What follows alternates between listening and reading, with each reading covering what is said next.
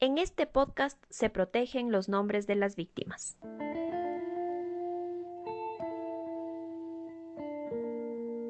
Esto es El Comercio Violeta.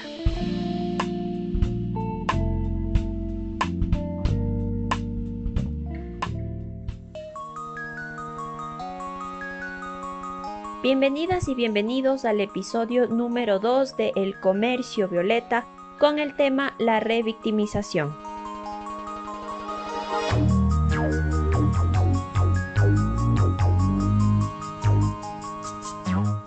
Magdalena estaba en el colegio cuando sufrió violencia sexual por parte de su profesor. Sucedió cuando ella le pidió la oportunidad de recuperar una mala calificación. Él le indicó que se quede después de la clase y cuando estaban a solas, le ofreció ayuda mientras le tocaba las piernas bajo su falda e intentaba llegar a sus partes íntimas. A ella, recordarlo aún le duele. En ese entonces la chica tenía 17 años y no tenía idea de que estaba siendo víctima de violencia sexual. No le contó a nadie más que a sus amigas. Ellas le creyeron y apoyaron, sin juzgarle y sin dudar. Eso ayudó a que años después Magdalena sienta la seguridad de denunciar a su abusador. Lo hizo abiertamente, a través de una publicación de Facebook. Ella ya no estaba en el colegio. Habían pasado 14 años desde que fue manoseada por su profesor, pero recordaba ese episodio con claridad. Para entonces, Magdalena ya trabajaba en su proyecto musical, en el que habla del placer femenino y la necesidad de que las mujeres hablen abiertamente de su sexualidad. Por eso, ella sufrió violencia sobre la violencia. Ex alumnos, padres de familia y amigos del agresor se dieron el trabajo de hacer capturas de pantalla de sus videos y los difundieron con mensajes alusivos a su forma de vestir y de expresarse. Fue juzgada por su supuesta actitud provocativa y por haber denunciado la agresión años después y no inmediatamente.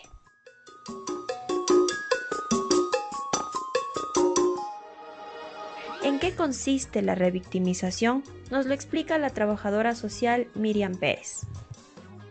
La revictimización es un problema que está muy presente en nuestra sociedad y en nuestro sistema de justicia.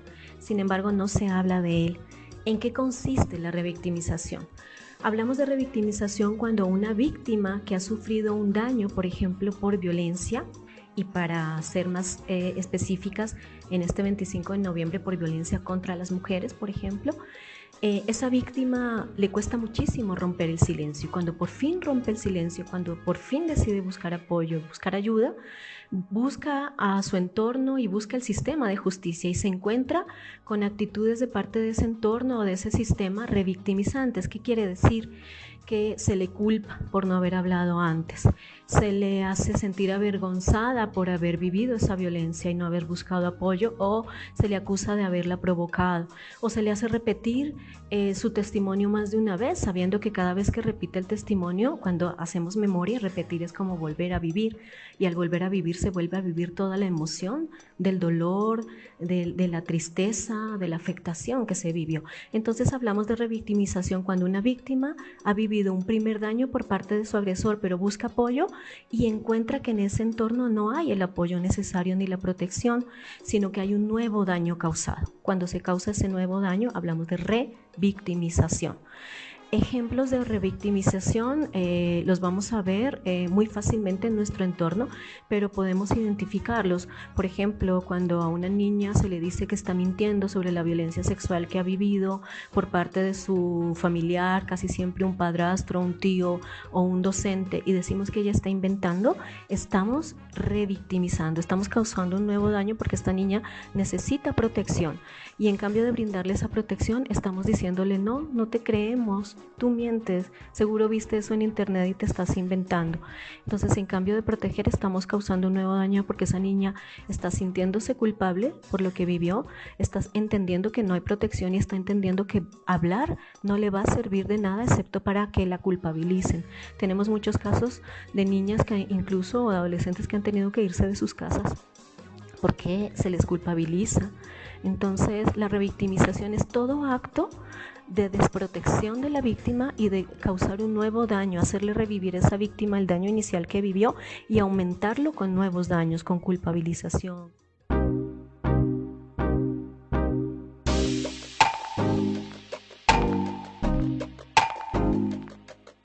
Algo que está presente pero de lo que no se habla, como dijo Miriam.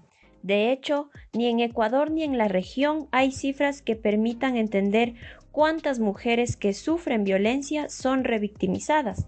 Esto a pesar de que en nuestro país 6 de cada 10 mujeres han sido víctimas de violencia al menos una vez. Y si pensábamos que solo el sistema de justicia es revictimizante, ojo que la familia también puede serlo. Hay distintos niveles en los que ocurre, como nos explica la abogada Carla Patiño. Bueno, en algunos de los espacios en los que se vive la revictimización, se viven todos los espacios, ¿no? Entonces tenemos algunos niveles, muchos son en la familia, en la comunidad, o en los espacios diarios de convivencia, como pueden ser las escuelas, los trabajos. Y tenemos otro nivel que ya es el nivel estatal, el nivel en el que son las autoridades, los servidores y servidoras públicas. Cuando hablamos de la familia y de los espacios del entorno de una víctima, la víctima rompe el silencio, cuenta por primera vez su historia y recibe muchas veces una respuesta de negación hacia su historia, la violencia que ha sufrido, que le cuestionan. Eso es revictimización, ese cuestionamiento cuando dudamos de la palabra de la víctima. Tenemos otros momentos en los que en la familia o en la comunidad cuestionamos no solo la realidad de que haya sucedido, sino cómo sucedió, ¿no? Pero tú cómo estabas vestida, pero tú qué hiciste para que él se enoje tanto. Eso es revictimización cuando una víctima lo que necesita es protección, ser escuchada, ser entendida. Tenemos otros espacios que son las comunidades, por ejemplo, educativas, ¿no es cierto? Entonces, cuando una niña, un adolescente comenta que ha sido víctima, ya sea por parte de un par o ya sea por parte de una autoridad, muchas veces es ella la que sufre las consecuencias. Entonces, se le ofrece como que fuera una forma de reparación, cambiarle de colegio o cambiarle de aula, pero esto es una nueva revictimización porque es ella la que tiene que salir de esos espacios. No se está sacando a sus agresores, no se la está protegiendo, sino que de alguna forma se le está castigando por haber hablado. Esto es una de las razones por las que muchas de las víctimas no hablan, porque saben que las consecuencias las van a sufrir directamente ellas.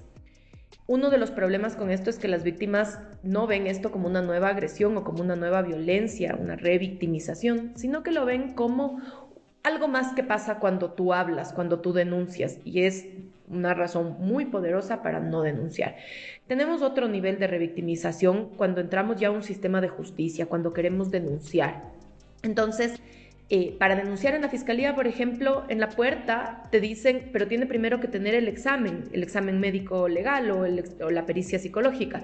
Esto significa que nos están pidiendo pruebas antes de poder denunciar. Es el único delito, los únicos delitos de violencia de género, violencia sexual en los que esto sucede. Cuando uno va a denunciar otro delito, uno denuncia el delito y después empieza el proceso investigativo. Pero en cambio, en este tipo de violencia nos encontramos comúnmente con esto, ¿no? Al inicio de que tenemos que ir a denunciar primero. Y después la cantidad de veces que tenemos que contar nuestro testimonio.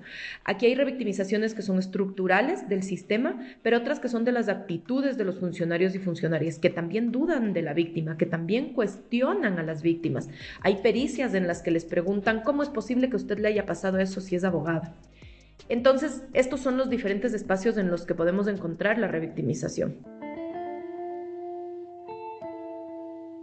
Gracias por escuchar esta entrega de El Comercio Violeta por el Día de la Eliminación de la Violencia contra las Mujeres. Mañana, los casos de violencia se conocen a través de la escuela, un nuevo tema del que poco se habla.